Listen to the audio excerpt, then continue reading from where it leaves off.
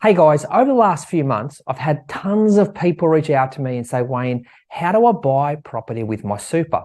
So what I thought would be best is to email everyone and go, hey guys, this is how it's structured. This is how it all comes together. So if you want to chat more about it, let me know. But let me just break it down for you in the whiteboard so you can see where I'm coming from.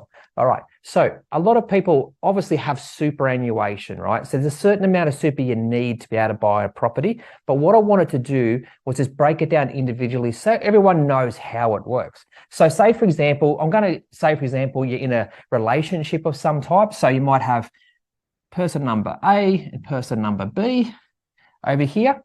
Now, most people will already have what they call industry funds, or retail funds, something along those lines. So say, for example, over here we've got Bob, and over here we've got Jane, right? Now, with these guys, they're going to have a certain amount of super balance in their existing super funds. So what we've got to do is we've got to say, hey, now, it depends on how much your super you have. It may or may not work for you. But in this example, I'm going to say Bob's got $150,000 in super and Jane's got $100,000 in super. Now, if you come to me and say, Wayne, how do I buy a property with my super? So the first thing you got to do is say, hey, you have your existing super funds. You have to be a little bit careful. You will have insurance in these super funds. So what I mean by that is, we don't want to shut your existing funds down. So if you're with Mind Wealth, Australian Super, Rest, Host Plus, whatever it might be, there's a high chance I would say, guys, just leave those super funds open because you've got insurances in place. Your employers are paying money to them at the moment. But the whole concept of buying a property with super is about control. So you have control of where your money is, and also about diversification with your super fund.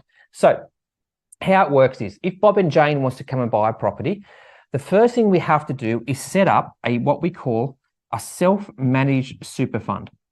Now, a self-managed super fund is basically a company with super fund rules.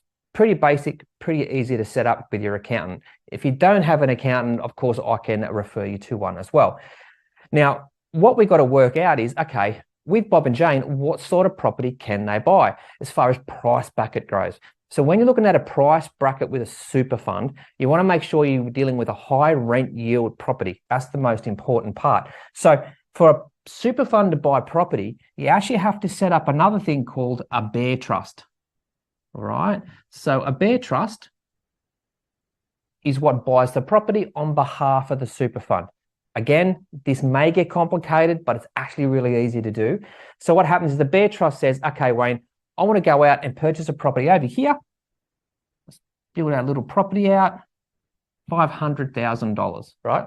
Now, when you're buying a property in a super fund, the most important thing you have to know, you need a sizable deposit. So what we look for normally is what we call a 30% deposit. So when you're 30%, so 30% of 500, this is just all round numbers too, guys, is $150,000.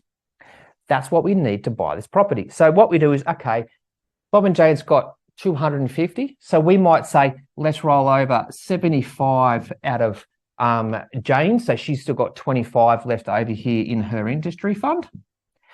And then we might roll over another 75 out of Bob. So you still got another 75. So you put 150 into your super fund. And of course, that will go into the bank account. All right. Now, we basically take that 150, put it over here as deposit. And it's quite simple, guys, because this is all separate. So if you don't own your own home, it doesn't matter. This is totally separate. A super fund's like a third person in your relationship. So over here, we go out here, we borrow $350,000 to fund this purchase over here for your super fund. So what happens is the tenant will pay the rent into your bank account, most likely through an agent, of course.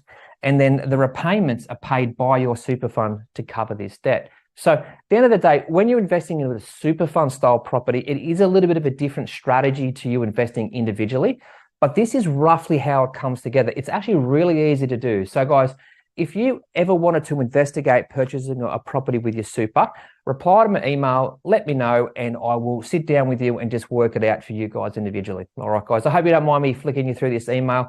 I've had so much inquiry for it. I thought I'd just reach out to everyone and just explain how it works. All right, guys, thanks again.